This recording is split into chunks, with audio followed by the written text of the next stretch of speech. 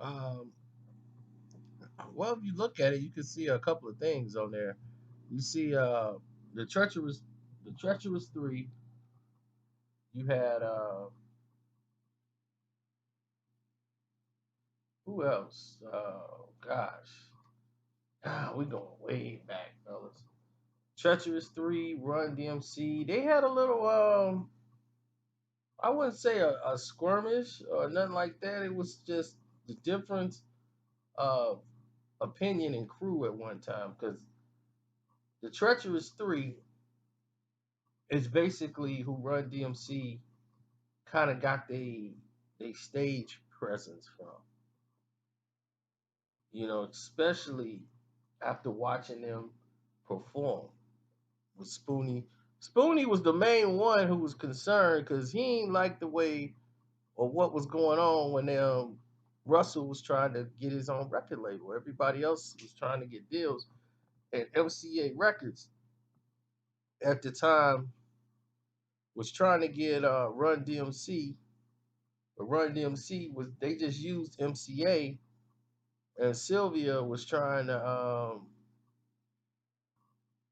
she was trying to get MCA Records and get Run DMC and trying to get a deal with them.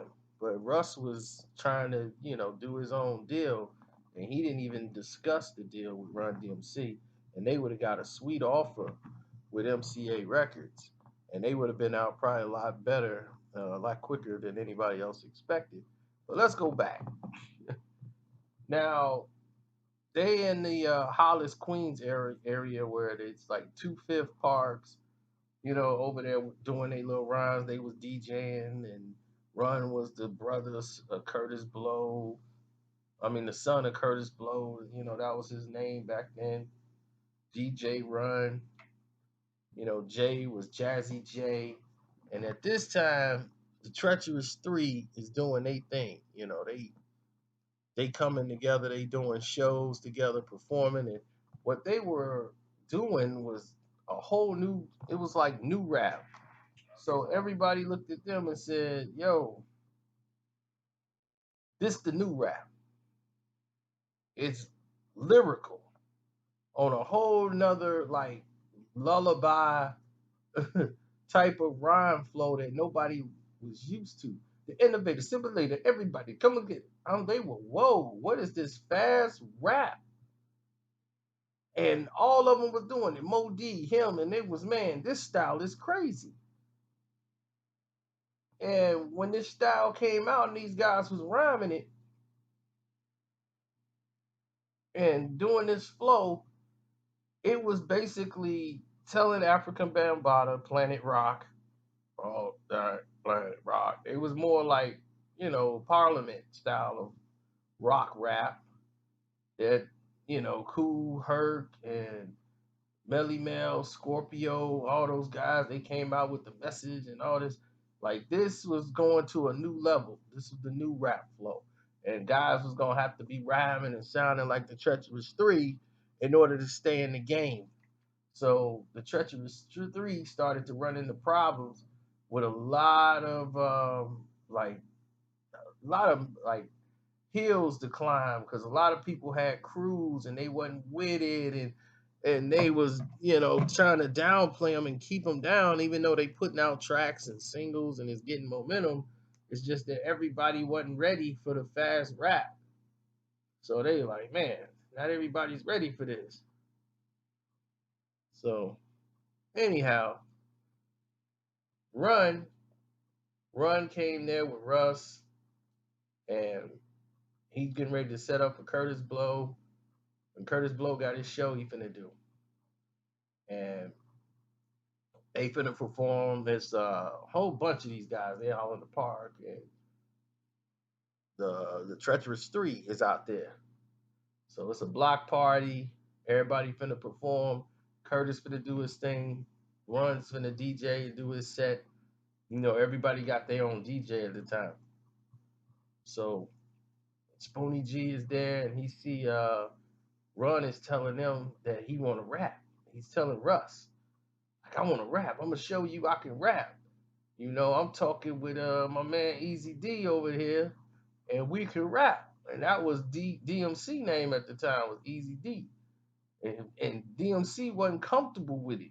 Like, man, I ain't cool with this rapping in public because he really started writing very late. Like he was mostly DJing himself, and he was like, man, I never thought about actually rapping. And what's his name? Russ was like, you should, try to rap. So once he started doing that and they started putting it together, like they was gonna run, they want to perform for him. He was like, Russ was telling him, not here, not here. Don't do it here. Don't do it here. Do it in Hollis. Do it in Queens. We ain't in Queens. And so why they wasn't in Queens Park? Because back then, you don't go to nobody else park and rock it if you ain't ready. Because you might never, that's like a memory that's overlasting and will stay forever. And Russ was smart for that. These are dudes who was going at it. Then they heard the Treacherous Three, who came out, did their little show. They was all dressed in the same colors, did their little steps, turn around, spins. Mo D got his shades on, but rocking. And they got steps, they got moves, and they slick and they smooth with the mic and the way they passing the mic off. And this one mic, and they got a cord and everything, and they slide into the next guy. They doing their jams, and they killing this flow. And the DJ is, and they was Run DMC looking at that time, and that's when they was like, man, we gonna be the Treacherous 2 or the Dynamite 2. And then Spoonie was like, the Treacherous 2? We the Treacherous 3. Like, what is you, like, are you kidding? No. He was like, no, man, something like that. Or the Devastating 2 or Dominating Duo or whatever, Dynamic Duo, whatever. He was like, and then Russ was like, I'm gonna come up with y'all name, I'm gonna call y'all and let y'all know what the name don't be. And then they got the call to the name that, yeah, it's gonna be called Run DMC. And man, they both was ticked off about that. And now Run DMC is a household name. A household name. You can't go nowhere on the planet and not know, not see, and not even understand what Run DMC even means or stand for. Everybody knows. It's the biggest thing in the world. But what Russ used to do was make sure he would never have the Treacherous Three perform nowhere where Run DMC was going to be, because it would be over for them.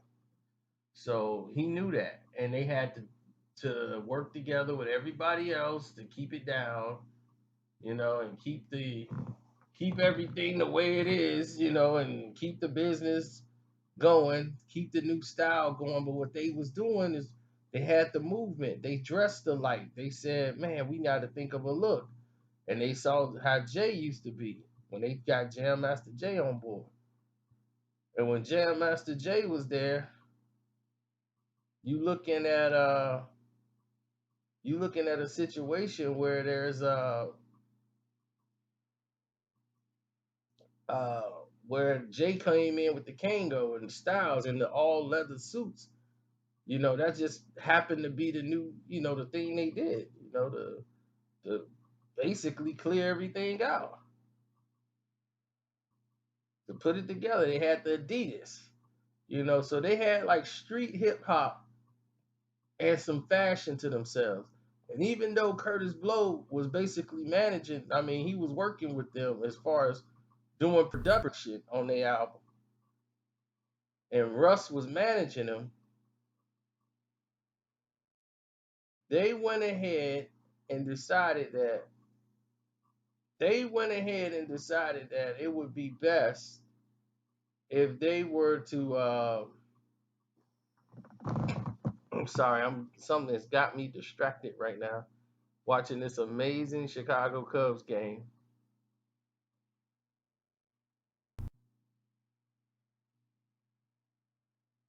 This is crazy. But anyway, Cubs scored 9 runs in the eighth inning with 2 outs. That's crazy. But we're trying to get to a point where Run DMC could be a staple. They had a separation from Curtis Blow as far as the style and the sound. Curtis Blow was more old school, like Melly Mel and all those guys, but they knew how to entertain the crowd. They bring some girls, singers, and all that. Run them didn't want to do that. They didn't want to do no parts of bringing in no singers and nobody, no girls on stage doing bits with them. They wanted to be the show. They wanted all the attention to be on them. And that's what Russ wanted to do. Russ is, I want y'all to be the show. It's gonna be about y'all. So y'all the show. And as it was Run and DMC, the smartest thing they did was incorporate Jay into the show. Because that's what rappers used to do. Rappers used to start and kick it to the DJ.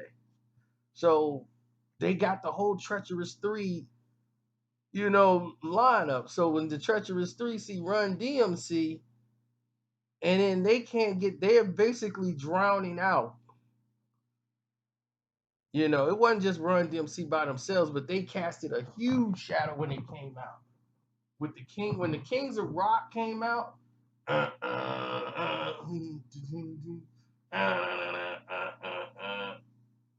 nobody was rocking on rock beats like that. Everybody was mostly using some James Brown or some disco or some heavy metal, like some rock, techno type stuff. Nobody was really coming with that guitar riff.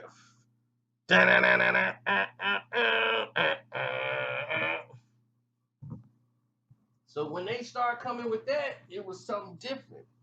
But the Treacherous 3 was having problems with the record label. It was on Sugar Hill, records, and things weren't really moving because none of these songs, they came out, they were good, but they weren't lasting. So they tried to keep reinventing themselves, and after the Whip It thing and the Treacherous 384 album, that was it. They had like At the Party, Feel the Beat. They just couldn't go nowhere, so they ended up splitting up. And then, Kumo D with the Busy Bee battle, and he ended up having a solo career, but what he did was he slowed down his flow. He was adjusting to the changing time, slowed down the flow. People understood him, and he was so witty with his delivery, he was able to have a lasting career. But the Treacherous 3 were sabotaged in the business. And they probably sitting around right now didn't know it. Like, I knew something was up. Thanks, Carcino. They were sabotaged by Russ and all the power Russell Simmons had at the time. Run DMC was gonna get the big shows. They weren't gonna let Treacherous 3 be on the undercard, coming in, rock the mic, rock the show. They had all the events, they had the sponsors, they had Coca-Cola come in and sponsor, and then they got Pepsi involved. But Coca-Cola was like coming in there like, here's $2 million. I mean, rappers was getting first of all, hey, it wasn't like that much, but it was they had $300,000, 25,000, and for this, it was like it's incredible. The deals only got better because people started competing to get involved. But Coca-Cola was the first like open company to get involved with hip hop like that. They were the ones that's like, look, we need to get on this and catch it from the ground up. I don't know about y'all, but I'm with it. So, the tide started to change.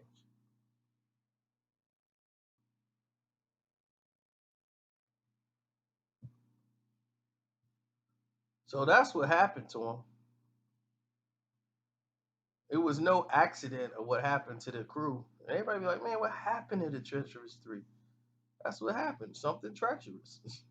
Russell Simmons basically blackballed them out the business so that Run DMC could live. And it wasn't just them. Everybody started to take, they knew if it's just like when MC Hammer came into the game. When MC Hammer came into the game, you knew one thing and one thing only. We can't stand by and let this go. But we all gonna have to hire dancers and we all gotta do some dance steps and have a big old band. And rappers start dancing. LL was dancing in the Jiggling Baby video. Like, what is going on? People was like, man, as long as this MC Hammer is out and he's selling millions of records, people gonna expect us to be doing this stuff. We got to shut this down. And everybody doing this fast lyrical rap, they were like, we can't do that. We gotta slow things down. Shut this down.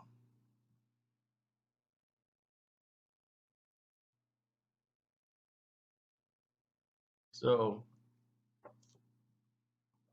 the Treacherous Three, that's how it was, man. And Run DMC, they just was legend. They was after the first album, nah, it was done. You know, it's unfortunate what happened to them, but a lot of these people fell on like hard times, hard times. See, people had a message in everything that they were saying, but they looked at how the Treacherous Three, the songs they were doing, like, man, we want to make records like that at the party. You know what I'm saying? But talk about situations like Melly Mel and Grandmaster Flash when they came out, you know, with the message. Don't push me, cause I'm close to the edge. So when you see that on the table, you're like, okay, that's what it is. But Run was something else, man.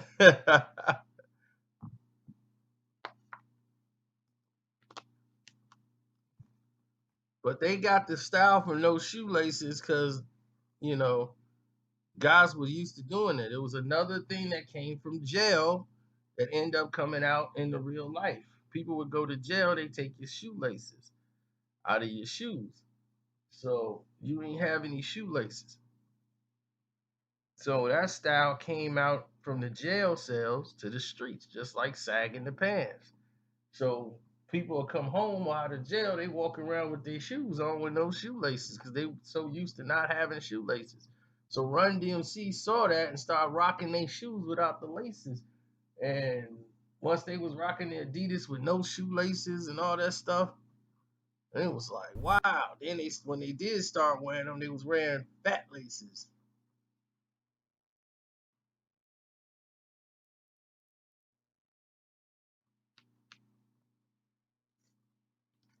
And they started doing my Adidas before they even had an Adidas contract.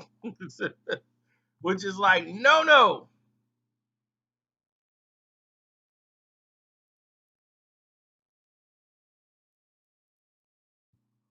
They only start rocking laces like later. But before, it was just all, oh, this is the style. Ron had so much swag. He was dripping of swag. You know, that's just Run, man. They stage delivery, they presence, everything. They were legendary. They did borrow something from like everybody. But that's okay to do. There was never no ill will towards each other. People had a little bit more brotherhood about themselves back then. But I think the Dynamite 2 is the name they were going to go. The Treacherous 2 or the Dynamite 2 or the Dynamic 2. Because in the song Daryl and Joe, I think they say, this is the Dynamic 2. I'm Daryl, this is Joe. And they little freestyle back and forth. So they were really thinking that was going to be the name of their group.